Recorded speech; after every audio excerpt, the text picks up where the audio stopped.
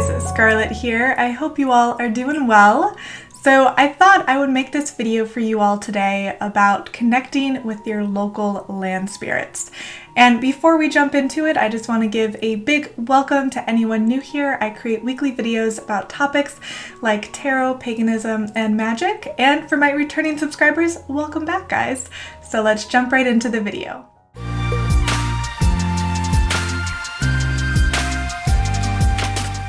I feel like to begin this discussion, I need to start with animism because I kind of feel like animism is the foundation for paganism, and that like all the rituals, spell work, and even higher level deity work all kind of begin with a deep knowledge that the world is alive and that there is a kind of spiritual life force in every aspect of nature. And to me, taking an animistic perspective of the world is really one of those main things that differentiates paganism from the main monotheistic religions.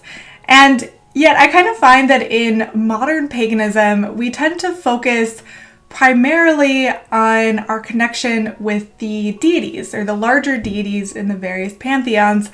And sometimes we forget to honor the spirits of the land that exist all around us. And one of the great things about land spirits is that they're always there and accessible for you. And once you begin to give a bit more attention to the land spirits, I feel like that can change your whole perspective on the world. And maybe it inspires you to spend more time in nature or create a garden, or maybe just become more dedicated to living sustainably. And in my view, every place has a spirit as well, whether that's like the city you live in, or the mountains that you see every day, or a river that's nearby you, or even just like a really nice tree in your backyard. And I've lived in many places during my life, and I found that each of them really has a kind of like a spiritual distinctiveness.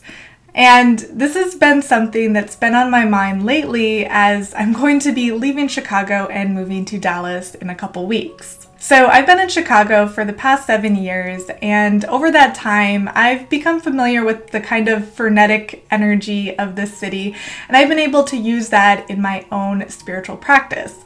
And over the years, I've acquainted myself with the various land spirits here that are local to me, especially Lake Michigan, for example. And I've also learned about the various herbs and weeds that grow wild throughout the city, and I work to kind of include them in my spiritual workings so that they are imbued with the spiritual essence of the city. Now, however, it's kind of time for me to say goodbye to the local land spirits, and I'll be moving to Texas, which has a completely different spiritual essence and completely different land spirits. And to me, a large part of being a witch or a pagan is connecting to nature. So I'm really going to have a lot to learn once I move. There's going to be new trees, herbs, plants, and land spirits that I'm going to need to become familiar with. And as such, I'm sure that my personal spiritual practice will be a lot different in Texas than how it was in Chicago. And when it comes to how to connect with the land spirits, there is really a lot of historic knowledge we can learn from the different pagan cultures around the world.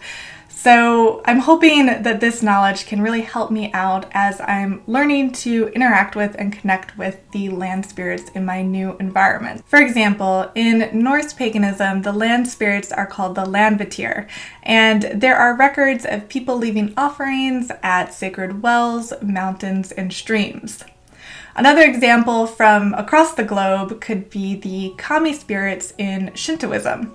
And before entering a Shinto shrine, visitors follow a simple purification ritual where they wash their hands and their mouths before presenting themselves to the kami spirits. So there are many different ways people have historically chosen to connect with the local land spirits.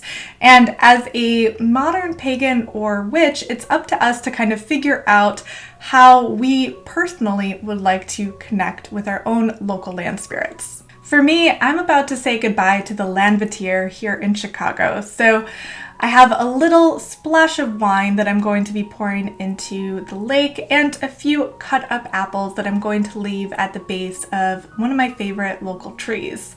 And it's definitely bittersweet to be saying goodbye to the local land spirits here in Chicago, but at the same time, I'm excited for what lies ahead and I'm looking forward to becoming acquainted with the Landvetier in my new home. And next, I'd love to hear from you guys, so please do share in the comments what area you live in and what you like to do to connect with your own local land spirits. And before I go, I did want to mention that I'm doing a big giveaway. My previous video was all about that giveaway, so I'll link it down below. And for the giveaway, I am giving away a bunch of different tarot decks and books and various witchy items.